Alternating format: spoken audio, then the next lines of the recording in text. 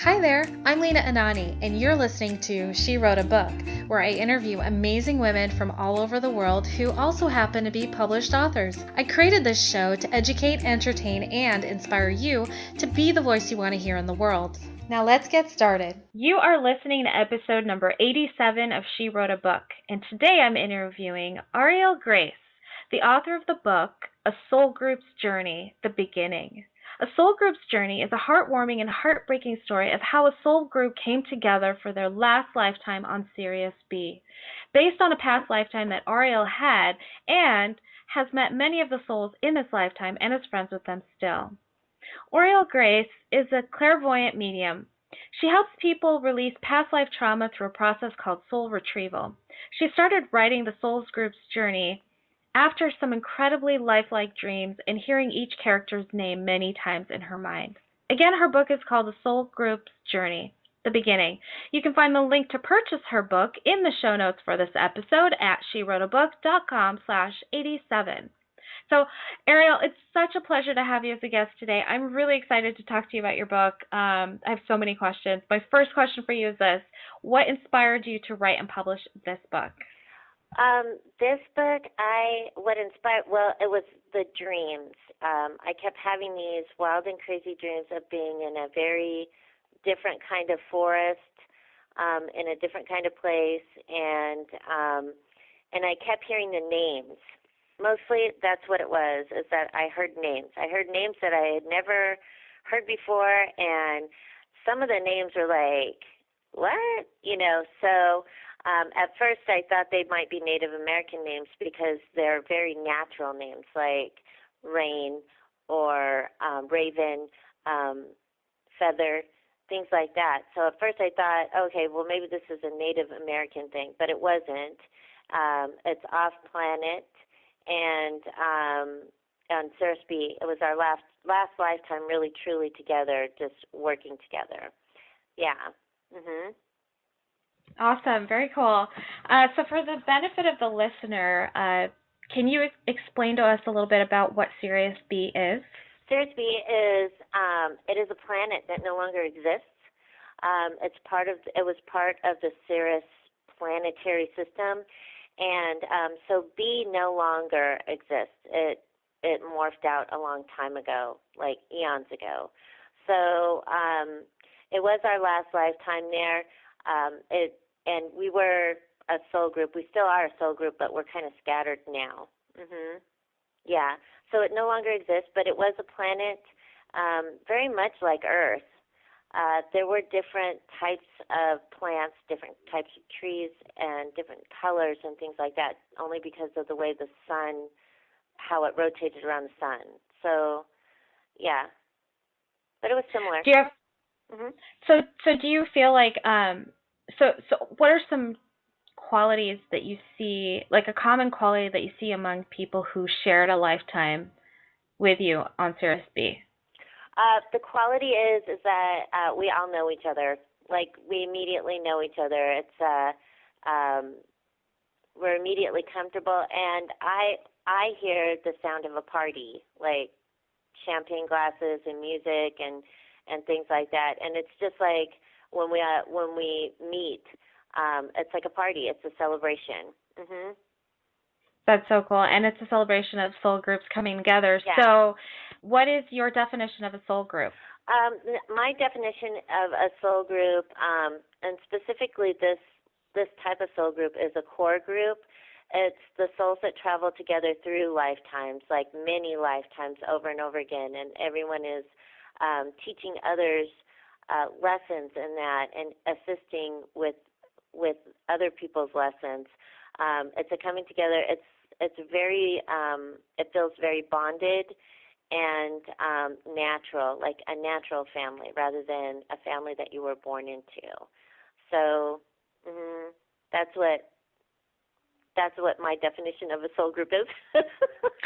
That's great. That's great. And so, like, people talk about soulmates too. I've heard a lot of people say, I'm looking for my soulmate. Right. Personally, I do believe that there's more than one soulmate, and it's not necessarily romantic, but I'm curious to see what you thought. How do you define a soulmate? Well, I agree with that.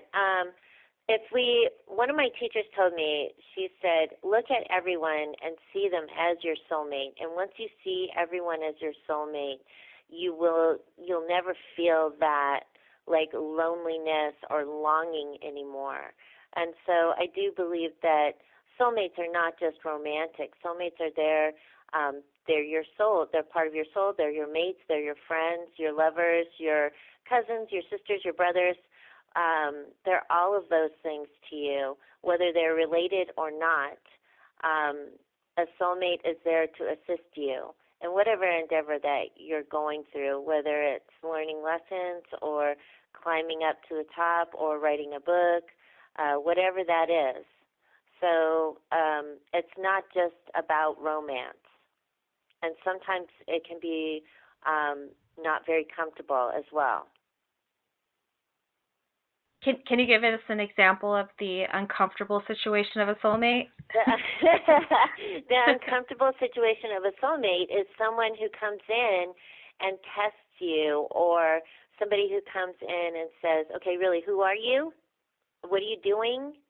Why aren't you resonating? Somebody who will push you, somebody who will compete with you, somebody who will assist you with doing the ever best that you can be, So that causes a lot of people discomfort because they feel like, oh, a soulmate is all about love and light. And yes, a soulmate is all about love and light, but a soulmate is also there to make you grow, push you, into that unknown. And a lot of people are very uncomfortable with the unknown.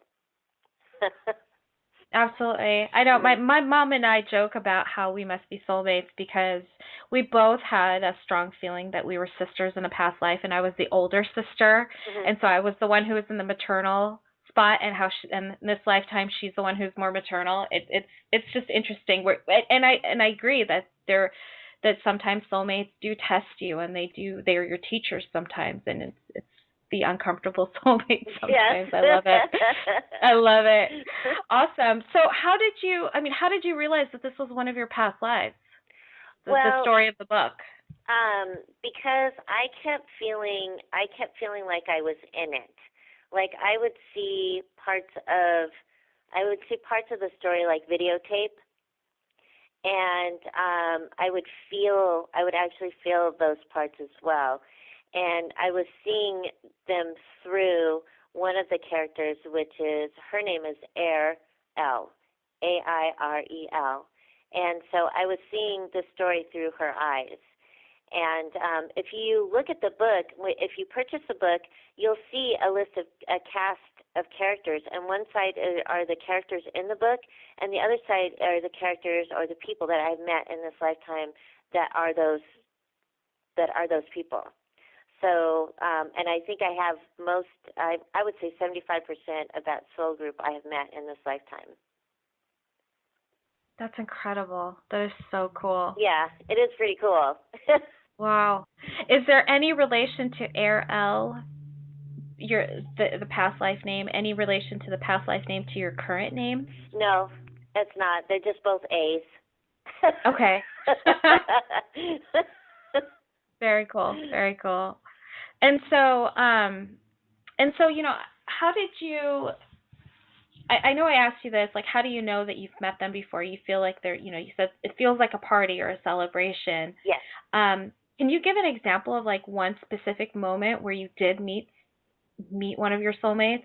Yes, I will give you my friend Vicky. The first time we met, we just stood there and stared at each other. And the first thing I thought of was, oh my gosh, this is Star. And Star is a character in the book. And whenever I called her that, I used to call her Blessed Star. And she would react to it. Like, she would not react to it in a negative way. In fact, she would, sometimes she would start crying because she actually, in that lifetime, she really loved that lifetime. And she also had dreams about that lifetime. And when she read the book, she was like, oh my God, this is what I have dreamt of. So the next book in this series is called Blessed Star. and it is about her life, and how she's actually the leader of this soul group. And so she is the one that assisted in that lifetime with actually bringing everybody together. So, yeah. I love this idea. I love this idea that you took your past life memories and put them in a book, and it was like a magnet that attracted the people and helped people relate, I connect. I love that concept. Especially as like a book coach, I'm like, ooh, this could be a really cool idea for, helping people write books. It's like, well, let's take your past lives and put that into a story. I've got several I'd love to share. That's so cool. I'm looking at your book cover, and I love, love, love the graphic. It's very unique. It looks like it's hand-drawn, hand-illustrated. It is. Can you tell me a little bit about your book cover?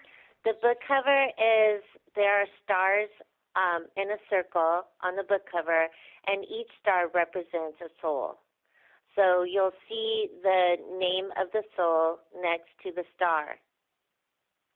And all of those souls, all of those stars are the characters or souls in the book. Their stories are in a soul group's journey. And soul group's journey is as it says, it is the beginning. It's the beginning of the story.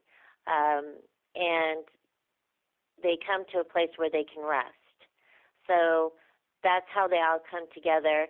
And the Blessed Star is about their whole lives, and the last book will be called The Ascension, where they each leave.